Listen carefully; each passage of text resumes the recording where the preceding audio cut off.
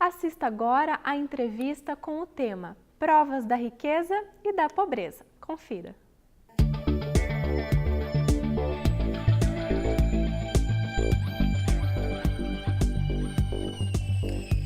Olá, estamos juntos novamente.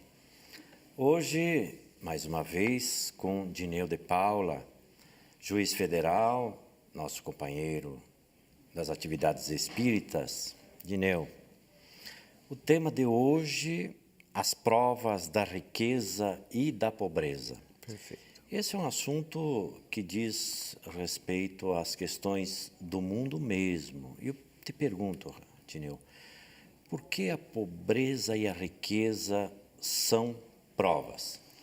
Daniel, para responder essa pergunta é preciso recordar a finalidade da encarnação. Ninguém reencarna aleatoriamente ou reencarna para ter fantasias, ninguém, a rigor, nasce a passeio. Então, a finalidade da reencarnação é promover o aprimoramento do espírito. E esse aprimoramento, como a gente sabe, ele se dá na vertente intelectual e moral. O aprimoramento intelectual, ele se dá primordialmente pelas necessidades do trabalho, porque precisamos desenvolver uma profissão, necessitamos comer, vestir.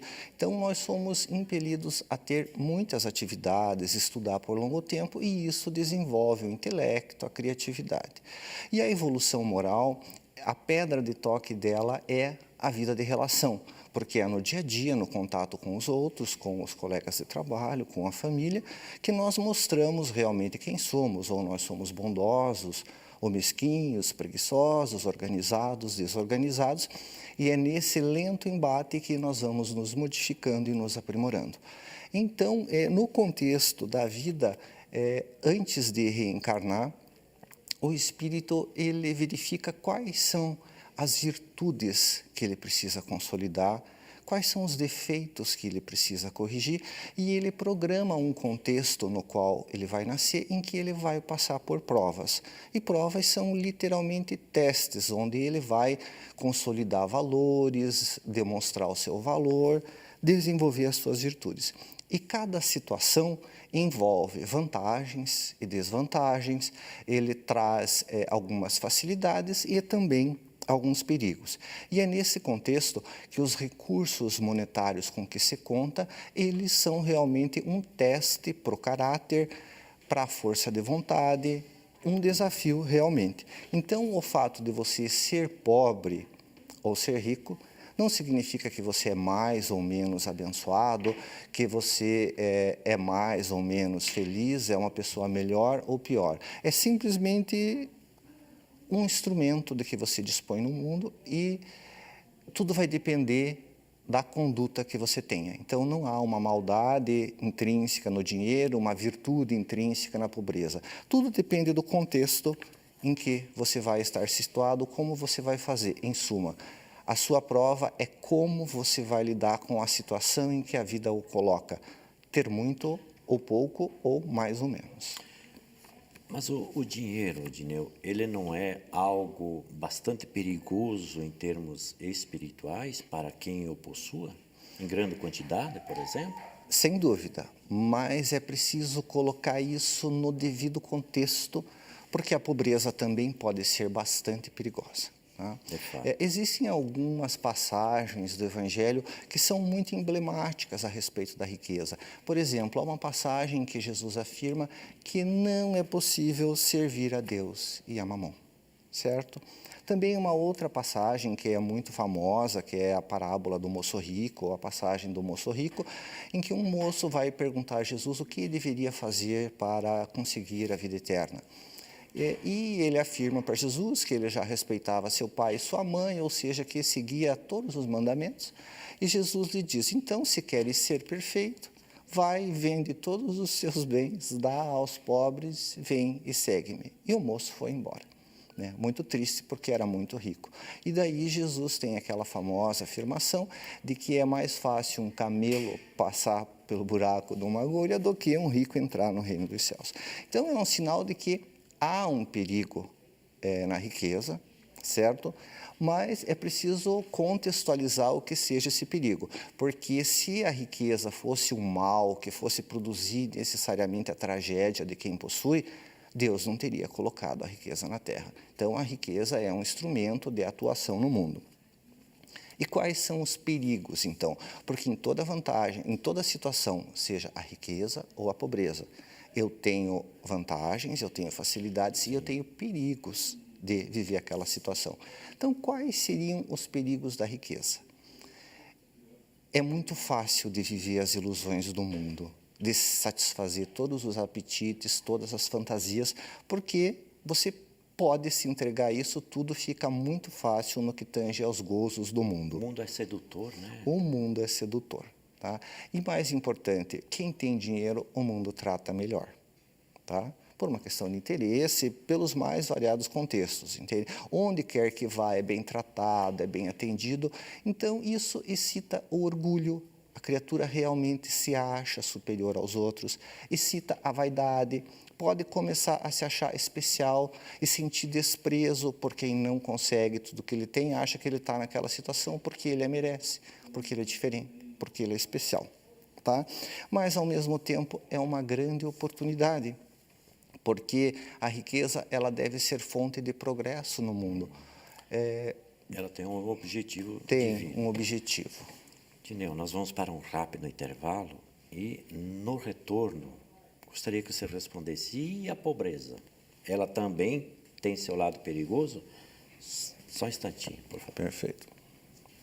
Aguarde uns instantes. A Vida em Foco vai para uma pequena pausa e logo retornaremos com o segundo bloco de entrevistas. Até já!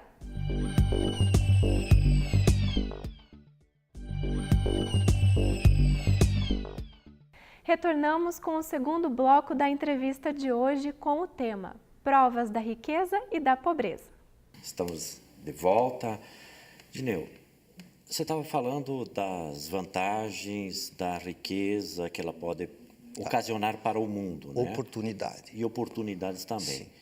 Porque Deus, quando Ele concentra o dinheiro nas mãos de uma pessoa, é para que a pessoa se torne um foco do progresso, não é para ela viver suas fantasias. Então, a finalidade é gerar empregos, é difundir aquela riqueza. E emprego é uma coisa muito importante no mundo. Como são ricas as possibilidades de alguém que tem bastante, né? Pode ajudar muitas pessoas. E veja, o emprego ele pode fazer a diferença entre a miséria desesperada e a pobreza digna. E quanto à questão de por que os ricos, digamos assim, a riqueza é perigosa, é no sentido de que, veja, tem até uma passagem, a quem mais foi dado, mais será pedido. Perfeito. Você tem a oportunidade de fazer muita coisa boa. Se você só usa para o seu prazer, para o seu benefício, em especial esmagando os outros, a responsabilidade é muito grande. É aumentada, né? Agora sim, Dineu, a pobreza também tem seu lado perigoso do ponto de vista espiritual?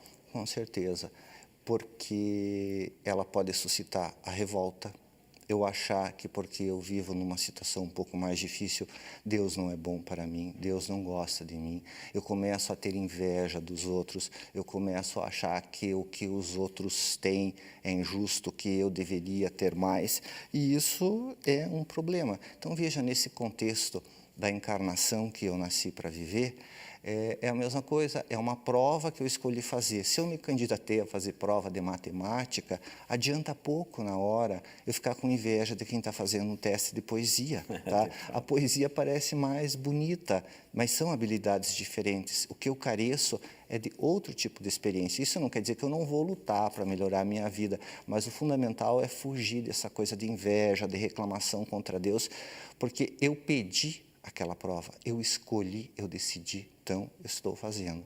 Mas também tem a vantagem, porque as posições modestas no mundo, elas ajudam a desenvolver disciplina, humildade, solidariedade, empatia com quem sofre, porque afinal de contas, se eu passo uma vida inteira servindo, aquilo pode fazer uma diferença imensa no meu caráter.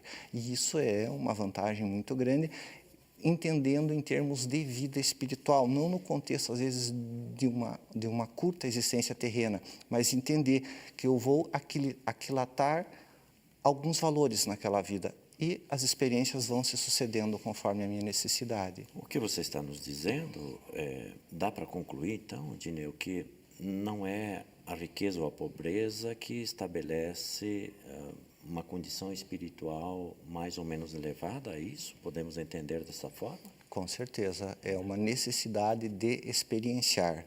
Então, se você precisa desenvolver certas virtudes, você vai renascer num determinado contexto. Tá? E muitas vezes até a questão da superação, quantas pessoas têm que nascem em posição difícil e galgam outras muito importantes, muito relevantes, e elas dão exemplo para inúmeros de que isso é possível pela sua disciplina, pela sua persistência, pela sua garra. E isso é uma prova relevante, ela está saindo muito bem naquilo, de demonstrar que é possível se superar e vencer as injunções penosas.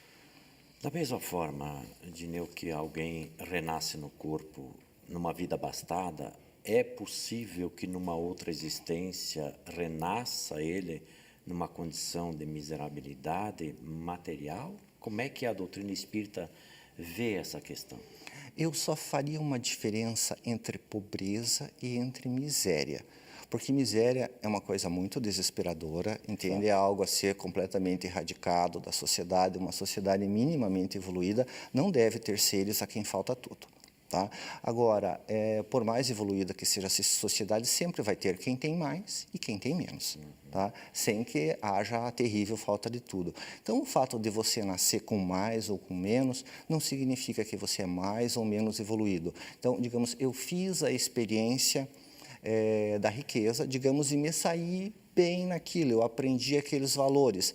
Eu posso perfeitamente ir demonstrar a minha persistência, a minha tenacidade, a minha paciência, a minha resignação em uma existência mais modesta, desenvolvendo a humildade, servindo ao próximo. E tudo tem o seu valor. O importante é que a gente faça o que pode, que viva com dignidade no contexto onde Deus nos colocou. Tem até um ditado interessante que diz que é preciso florir onde Deus nos plantou. Tá? Então, o Pai sabe das nossas necessidades evolutivas e nos coloca em dado contexto. É evidente que eu vou fazer o possível para ser feliz, para viver, para superar todas as injunções penosas. Mas, enquanto eu estou lutando, fazendo a minha prova, eu não posso reclamar de Deus por estar tendo a oportunidade que eu pedi.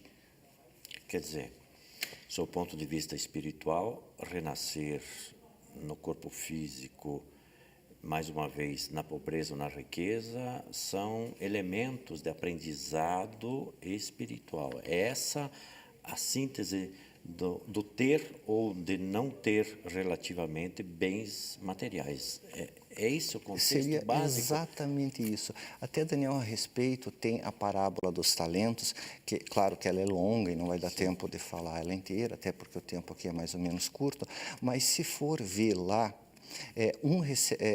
um dos trabalhadores recebeu 5 talentos, outro recebeu 2 e outro recebeu 1.